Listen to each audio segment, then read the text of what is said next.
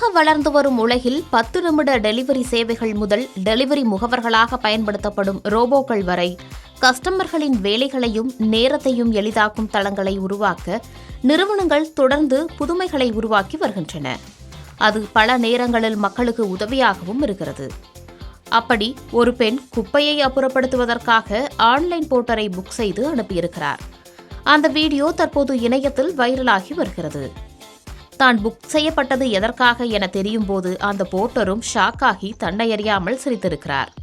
Online போர்ட்டலான Rapido மூலம் ஒரு இடத்திலிருந்து மற்றொரு இடத்திற்கு பார்சல் டெலிவரி செய்ய, அவசரமாக தேவைப்படும் பொருட்களை பெற போன்ற விஷயங்களுக்காக பயன்படுத்தப்படுகிறது. அப்படி ஒரு பெண் இந்த போர்ட்டலை புக் செய்திருக்கிறார். அந்த முகவரிக்கு போர்ட்டரும் வந்திருக்கிறார். அப்போது அந்த பெண் போர்ட்டரிடம் பொருட்கள் நிரப்பப்பட்ட ஒரு அட்டை பெட்டியை கொடுத்திருக்கிறார்.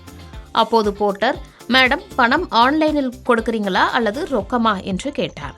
இது ஏற்கனவே ஆன்லைனில் பே செய்யப்பட்டது என்று அந்த பெண்ணும் பதிலளித்திருக்கிறார். உடனே போர்ட்டரும் பார்சலை பெற்றுக்கொண்டு புறப்பட்டு விட்டார். ஆன்லைனில் அந்த பெண் குறிப்பிட்ட அட்ரஸும் வந்துவிட்டது. ஆனால் பார்சலை வாங்க அங்கே யாரும் காத்திருக்கவில்லை.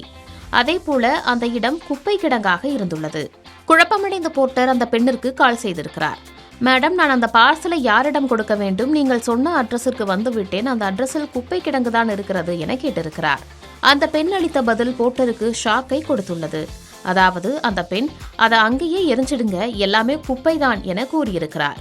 ஓட்டுநர் திகைத்து போய் மற்றவர்களின் குப்பைகளை டெலிவரி செய்வதற்கு டெலிவரி சேவைகள் இப்போது எவ்வாறு பயன்படுத்தப்படுகின்றன என்பதை குறிப்பிட்டு அதனை நினைத்து பார்த்து சிரித்தது தற்போது இணையத்தில் வைரலாகி வருகிறது.